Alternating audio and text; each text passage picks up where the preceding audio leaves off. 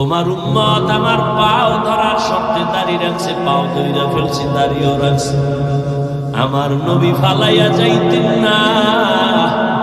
আমার নবী বলতেন, যা উম্মত জান্নাতের দরজায় যা, আমি তোরে সারা জান্নাতে যাব না। এরে আল্লাহর বান্দারা, আকল নষ্ট হয় নাই রে যুবক। আমিও তোমার মতো যুবক। টুপি পরলে মাথাটা গরম লাগে, তোমার থেকে মোটেও কম বুঝি না। দাড়ির কারণে যৌবনের ভাব চলে যায়, কম বুঝি না। লম্বা জামাটা পরার কারণে শরীর বড় আটকা লাগে, গরম লাগে, কম বুঝি না। ও আল্লাহর বান্দা, তারপরেও কেন টুপি ছাড়ি না, নামাজ ছাড়ি না, বেপরদায় চলি না? এত মানুষ কত বাজে কথা বলে। মানুষ আমাদের টুপিওয়ালা বলে গালি দেয়, কওমি বলে গালি দেয়, তাবলীগওয়ালা বলে গালি দেয়। এরপরে একটা জবাবও দেই না। কেন? একটাই মাত্র কারণ, এই টুপির কারণে আমাদের বিপদ। উলামায়ে কেরামের তো মারাত্মক কোনো অন্যায় করে নাই। সরকারের আমরা গালি দেই না, খ্রিস্টানের গালি দিয়ে বয়ান করি না। বুঝো, হিন্দুদের বিরুদ্ধে আমরা বয়ান করি না, অশালীন কথাও বলি না।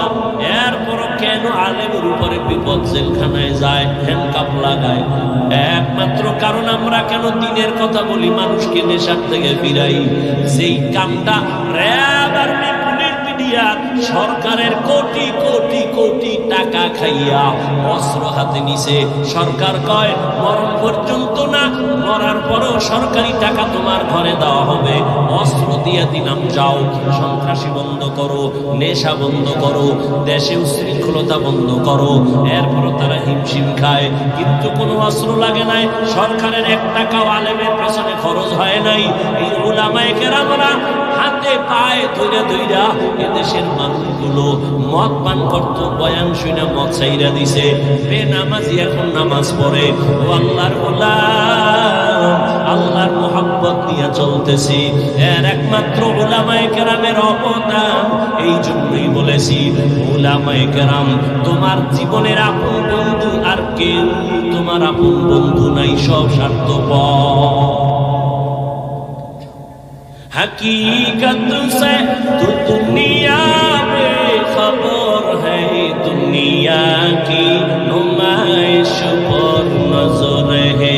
नबी गोयम के अज दुनिया जुदा बाश, बहर कारे के बाशी पर खुदा बाश। जिसने दुनिया अज खुदा गाफिल बुदरम قماشو نقرأه فرزندوزن آب در کشتی علاقه کشتیاں آب اندر زیر کشتی বসতি। একজনে কয়, হাফিজ ভাই এটি বুঝি না, এটি কি কর, এটি না কইলে ওয়াজ চলে না।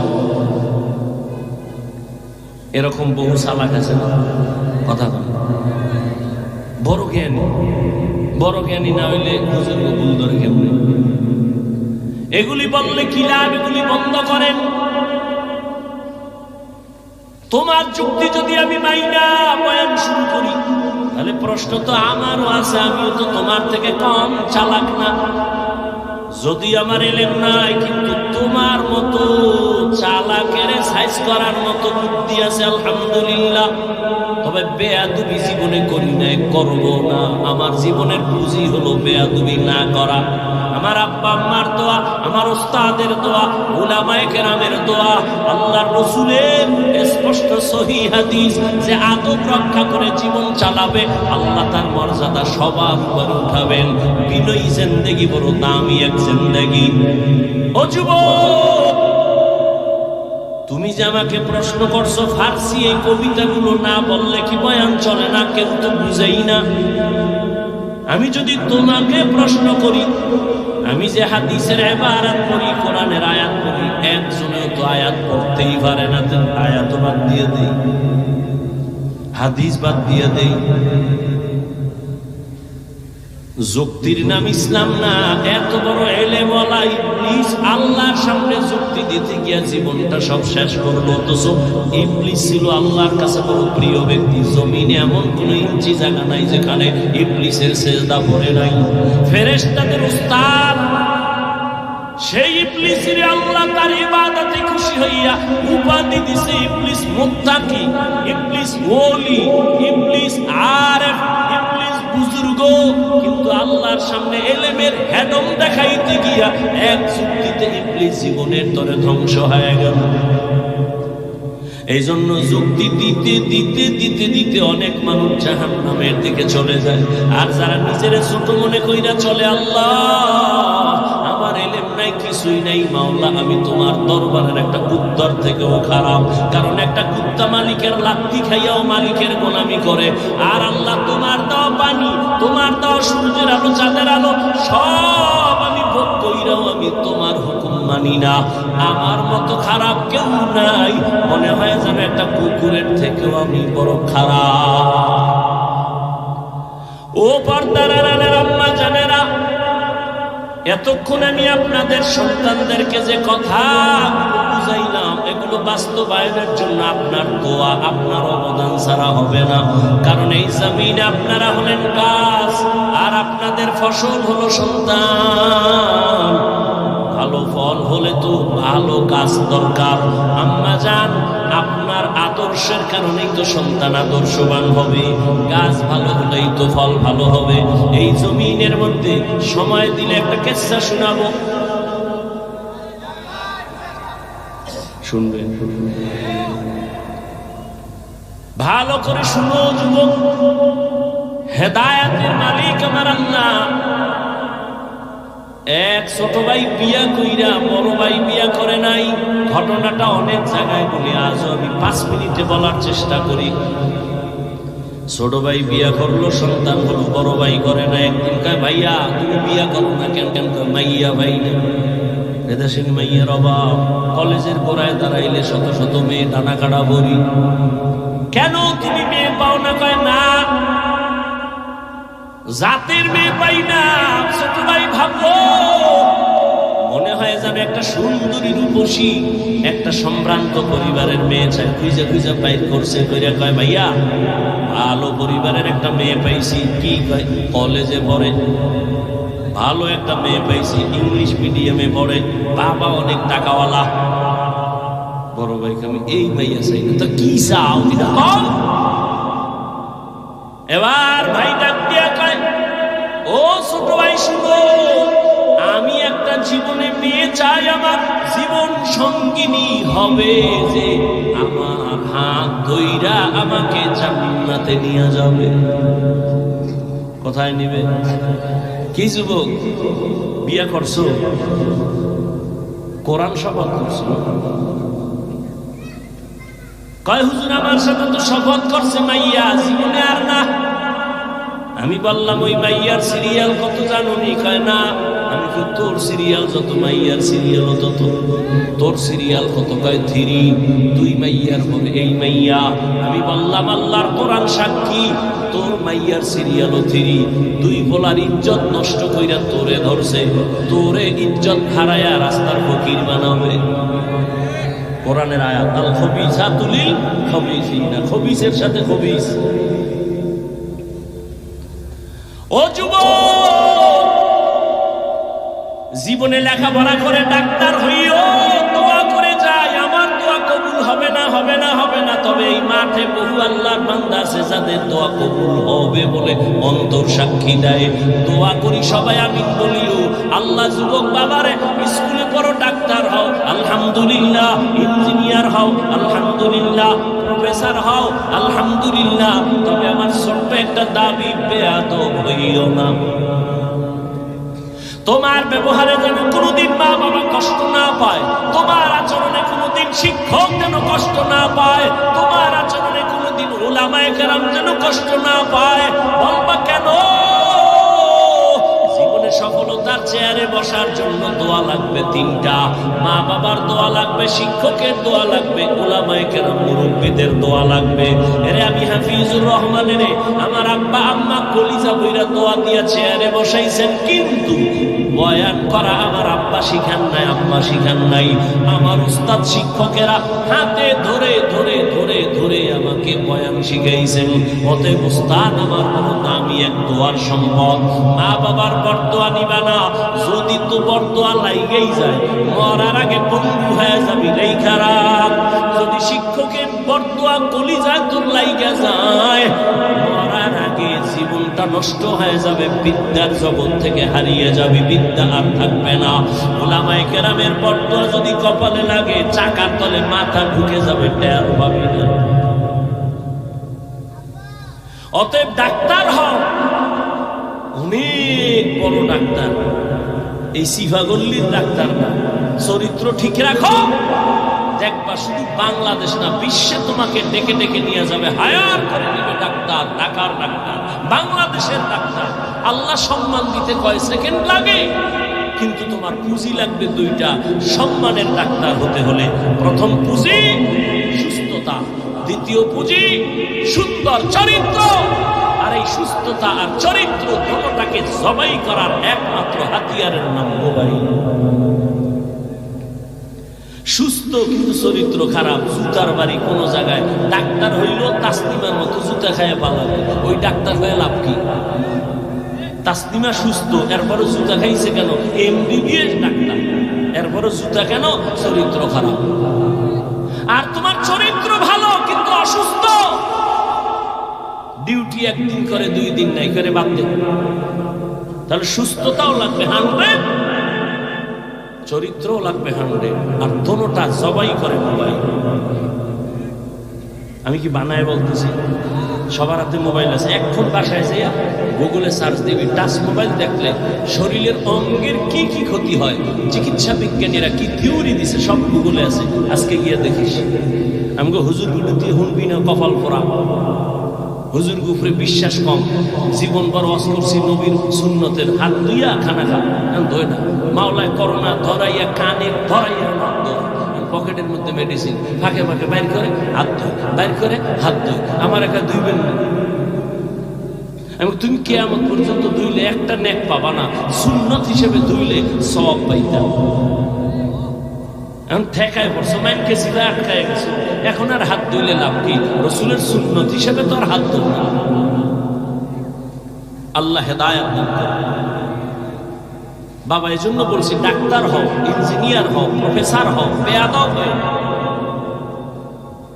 সুন্দর চরিত্র আর সুস্থতার জন্য নিজেও চেষ্টা করো, সফলতার জন্য 3 জায়গার দোয়া, মা বাবা, শিক্ষকের, উলামায়ে কেরাম মুরব্বিদের।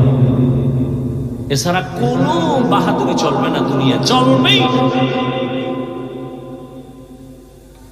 বড় ভাই কইছে আমি বিয়া করুন, তবে এমন একটা মেয়ে চাই যে মেয়ে আমার হাত ধরে কই নিবে। ছোট ভাইকে তোর কপালে বিয়ে নেই, যা। বড় ভাইকে তো একটা কথা শোন, আল্লাহ যদি কবুল করে সময় লাগবে না, ইয়াকিন কার উপর? হ্যাঁ, আল্লাহর উপর।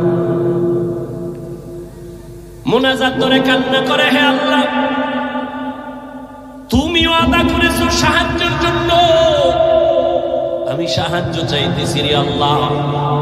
এমন একটা বিবি আমার জন্য মেয়ে মিলায় দাও, আমি টাকা চাই না, বাড়ি চাই না, তবে এমন একটা আদর্শবান চরিত্রবান মেয়ে চাই যে আমাকে হাতে ধরে জান্নাতের পথে আগায় নিবে। দোয়া চলতেছে, খবর পাইছে পাশের এলাকায় একজন বুজুর্গ আল্লাহ আসছে মসজিদে, মানুষ দোয়ার জন্য যায়, ও গেছে ফজরের নামাজ গিয়ে আদায় করেছে, মোনাজাত দিয়ে দিব। আরে ভাই মোনাজাত তো দিব, একটু ধৈর্য ধরো না। আগে আগে বাসায় যাবা, খোদায় না নিলে কেমনে যাবা? একজনে আগে রওনা হয়েছে বাসায় যাবা, আর একজনে বইয়া মোনাজাত দিয়ে পরে আস্তে আস্তে রওনা হয়েছে। এ যাই দেহে হে আগের 1 ঘন্টা আগের বেড়া রাস্তায় খাড়ায় রুস্কি, ওই চাক্কা চাইনোটা শেষ, হসপিটালও নাই রেখে কইব। হ্যাঁ 1.5 ঘন্টা বইয়া শেষ পর্যন্ত হাঁটতে হাঁটতে হাঁটতে হাঁটতে বাসায় গেছে বজরের সময়। আর এই যে আগে শেষে মোনাজাত দিয়ে গেছে, গাড়ি নিয়ে খুব দ্রুত বাসায় গেছে। মাওলায় না নিলে কেমনে যাবো? জীবনে তো কম ঘুমাও নাই, জীবনে তো রাত্র সজাগ থাকছো, গুনাহ কইরা একটা রাত্র কি নেক কইরা থাকছো? আল্লাহ জিগাইলে বলবা হ্যাঁ থাকছি, তোমার জন্যই এই সময় দিছি, নাইলে এখানে কেউ জোর করে ঢুকায় নাই। আল্লাহ তোমার মহব্বত এখানে ঢুকছি এবং মোনাজাত দিয়ে গেছি, একটু চোখের পানিও ছাড়ছি। ও আল্লাহ, তুমি উসিলাই কি মাফ করবা না? আমি তো মাফ করার জন্য বাহানাই তালাশ করি, একটা সুযোগ খুঁজতেছি, একটা লাইন খুঁজতেছি, লাইন আছে কিনা দেখি। লাইন যখন পাইয়েই গেছি, কোনো লাইন নাই। নাম কি? নাম হইলো আব্দুর রহমান। এটাও একটা লাইন, সহিহ হাদিস। আল্লাহ কয় যা তোর এই নামের উসিলায় জান্নাত দিয়ে। তো তোমার নামও তো লাইন মতো নাই। নাম রাখছে হাসি, খুশি, নদী, বৃষ্টি, সবুজ, গম্বুজ। নাম সারা দুনিয়ার বেঈমানের বাড়ি একজন আব্দুর রহমান আছে, রহিমা নামের কোন মেয়ে আছে? তোমার আমার কপাল তো খারাপ কেন যে ইসলামে নামের অভাব, বেঈমানের নামগুলো মুসলমানের ঘরে কেন? একজনের নাম রাখছে বিপদ, ডাক দিছে এই বিপদ, আর একজনের চাইয়া কয় ভাই আমার মহা বিপদ।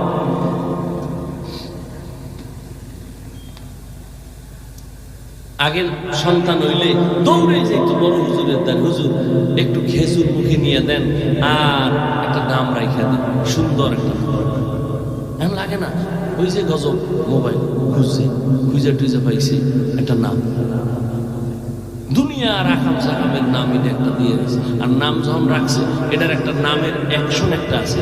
নাম আবু বকর, খুব নরম, নাম ওমর, খুব গরম। নামের একটা বরকত আছে।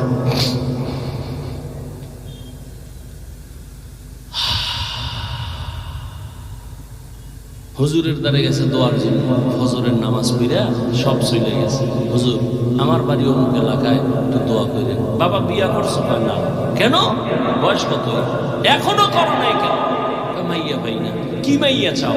হুজুর আমি আল্লাহর কাছে দোয়া করি, এমন একটা মেয়ে চাই যে মেয়ে আমাকে বিবি হইয়া সহযোগিতা করে জান্নাতের পথে আগায় দেয়।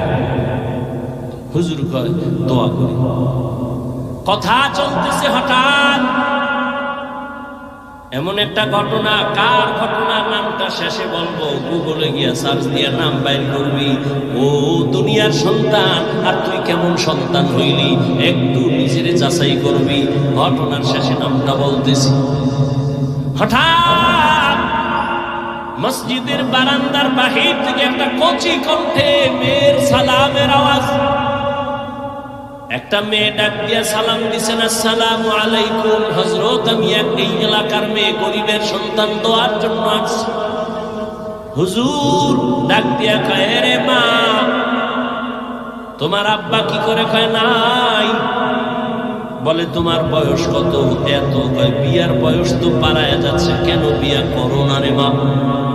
মেয়েটা কান্না করে বলে হুজুর আমি গরিব, আমি কোথায় একটা ভালো জামাই পাবো? আমার চরিত্র আমি এখনো নষ্ট করি নাই, তবে আমি মোনাজাতে আল্লাহর কাছে বারবার দোয়া করি, আল্লাহ এমন একটা ছেলে আমার স্বামী বানাইয়া দাও যে আমার হাত ধইরা আমাকে জান্নাতের পথে আগায় দিবে। মাওলায় মিলাইছে হুজুর মাঝখানে তাইকে কয় যুবক বিবাহ করবানি? কয় আল্লাহ যদি কবুল করে। হুজুর এবার প্রস্তাব দিলেন, দিয়া দুজনের বিবাহ হয়ে গেল। এক হাতে কোনোদিন তালি বাজে না, বিনা বাতাসে পানি নড়ে না। স্বামী আর স্ত্রীর মন এক না হইলে ওই বাগানে ফুল ফোটে না। দুজন এখন এক মনে। আজান হলে স্বামী কয় নামাজ, স্ত্রী কয় নামাজ। ফজরের সময় স্ত্রী যদি আগে উঠে, স্বামীর উঠে উঠো নামাজ যেন কাজা না হয়। আবার স্বামী যদি উঠে উঠে আবার স্ত্রীর ডাকে উঠো নামাজ আদায় করো। ও পর্দার আম্মা জানেরা একটু শুনেন, কেমন মা আপনারাও তো বড় দামি মা, আপনারা তো সাহাবায়ে কেরামদের মায়ের মতো মতো মা, নবীদের মায়ের মতো মা, খাদিজা রাদিয়াল্লাহু আনহার মতো নারী, ফাতেমা রাদিয়াল্লাহু আনহার মতো নারী, আয়েশা রাদিয়াল্লাহু আনহার মতো নারী, ইসমাঈল নবীর মা হাজরা আলাইহিস সালামের মতো দামি নারী, ঈসা নবীর মা মারিয়াম আলাইহিস সালামের মতো দানারা তো বেঈমান ফেরাউনের ঘরে স্ত্রীর নাম কি? আসিয়ার মতো দাবি। বলে কত বড় বেঈমান ফেরাউন, নিজের খোদা দাবি করেছে আল্লাহর বিরুদ্ধে গিয়া, অথচ তার ঘরে আসিয়া এত আল্লাহর আশিকা হয়ে গেল। নবীজি বলেন কিয়ামতের দিন জান্নাতে আসিয়ার সাথে আমার বিবাহ হবে। সুবহানাল্লাহ বলবেন না? এখন একটা প্রশ্ন আসতে পারে, ফেরাউনের বউ এর লগে রসুলের বিয়ে হইব, ইমান আছে ঠিক আছে, এত বড় বেঈমানের বউ? না, বিয়ে হইছে ঠিক ফেরাউনের, কিন্তু এক সেকেন্ডের জন্য আসিয়ার সাথে ফেরাউনের এক সেকেন্ডের জন্য এক বিছানায় শরীরের সাথে টাচ হয় নাই। কেন? আল্লাহ রাব্বুল আলামিন আসিয়ার ইমানের বরকতে ওই ফেরাউনকে যৌবন থেকে চিরদিনের জন্য একেবারে মুক্ত করে দিছে। ওর জীবনে এক সেকেন্ডের জন্য যৌবন ছিল না। ফেরাউনের একটা সন্তানও নাই, আসিয়ার শরীরে টাচ জীবনে করেনি। নবী বলেন আসিয়ার সাথে আমার জান্নাতি বিবাহ হবে। এরে আম্মা জান, আপনার স্বামী তো ফেরাউনের মতো খারাপ না। আম্মা, আপনি কি পারতেন না 5 ওয়াক্ত নামাজ পড়ে স্বামীর জন্য কলিজা দিয়া দোয়া করতেন? আল্লাহ, একটা স্বামী আমার দিন নাই রাত নাই বাইরে ঘুরে আর কষ্ট করে, নিজের জন্য কোনো স্বামী কষ্ট করে না। সন্তানের মুখে হাসি ফুটাবার জন্য গাধার মতো কষ্ট করে, স্ত্রীর মুখে হাসি ফুটাবার জন্য পুরুষ কষ্ট করে। ও আল্লাহ, আমার স্বামীর কামাইতে বরকত দাও, আমার স্বামীর হেফাজত করো। আর ঘরে আসলে বুঝাইতেন স্বামী নামাজ পড়ো, হালাল ভাবে চলিও। মা বাবার মায়া ত্যাগ করে আসছি তোমার ঘরে, না খাইয়া থাকলেও আসি, খাইয়া থাকলেও আসি, তবে আমার জীবনের দাবি অবৈধ টাকা ঘরে আনবা না। হারাম টাকা খাইয়া নিজেদের রক্ত, সন্তানের রক্ত কখনো নাপাক করব না। আম্মা জান যদি স্বামীরে বুঝাইতেন, কোন স্বামী হারাম টাকা ঘরে নিত না। সন্তানের যদি বুঝাইতেন, বাবা আমি তোর মা, কোনদিন মরে যাব জানি না, তবে তোর কাছে আমার জীবনের দাবি কোনদিন মিথ্যা কথা বলবি না, কারো সাথে বেয়াদবি করবি না। সন্তান আস্তে আস্তে আপনার কথায় আদৌ বলা হয়ে যাইত। ডাক্তার হলেও সন্তান দোয়া করত কোরআন বলিয়া, ইঞ্জিনিয়ার হলেও দোয়া করত। এরে আম্মা জান, আপনার মতো কত মা এখনো খুঁজলে পাওয়া যাবে এলাকায়, নামাজ পড়ে, পর্দা করে, স্বামীর মাল হেফাজত করে, সন্তানগুলো আদর্শওয়ালা বানানোর চেষ্টা করে। আম্মা জান, আপনি কেন পারবেন না? ও বোনেরা, আপনার মতো কত বোন স্কুল কলেজে পড়ে, নামাজ পড়ে, পর্দা করে, মোবাইলে চরিত্র নষ্ট করে না, বিক্রি করে না। ও বোনেরা, আপনারা কেন পারবেন না? ও বিট্টু বাবাজি, আপনার মতো কত বুড়ারা মসজিদে গিয়া নামাজ পড়ে, আপনি কেন পারবেন না? ওই স্বামী আর স্ত্রী দুইজনে এক মনের হইয়া মুনাজাত করে, দোয়া করে। আল্লাহ, দোয়া কইরা পাইছি দুইজনের স্বামী আর স্ত্রী। আর একটা দোয়া জীবনে আছে, দুজনে কান্দে আর আল্লাহর কাছে দোয়া করে, ও দয়ার মালিক, একটা নেককার সন্তান আমাদের দান করো, যেই সন্তানের দ্বারা আমগো ইজ্জত বাড়বে, সমাজের আলো ছড়ায় যাবে। ওই সন্তান দিয়া লাভ কি? যে মা বাবার ইজ্জত নষ্ট হবে। আল্লাহ এত দোয়া কবুল করলেন, এই দোয়াটা কবুল করবেন না, এটা হতে পারে না। দোয়া কবুল হয়ে গেছে। নেককার একটা ছেলে আল্লাহ দান করছেন। ছেলেটারে দুনিয়াতে আসা মাত্র নবীর তরিকায় ডান কানে আযানের আওয়াজ, বাম কানে ইকামতের আওয়াজ। ছেলেটারে আদর্শ দিয়া বড় বানাইলেন। অল্প বয়সে যৌবন যখন চলে আসলো, এই যুবক তো সেই যুবক, গোটা দুনিয়াটাকে আগুন লাগায় দিল। ইহুদি বেঈমানেরা ওর নাম শুনতেছে কেমন যেন আতঙ্ক, মাথাটা গরম হয়ে যায়।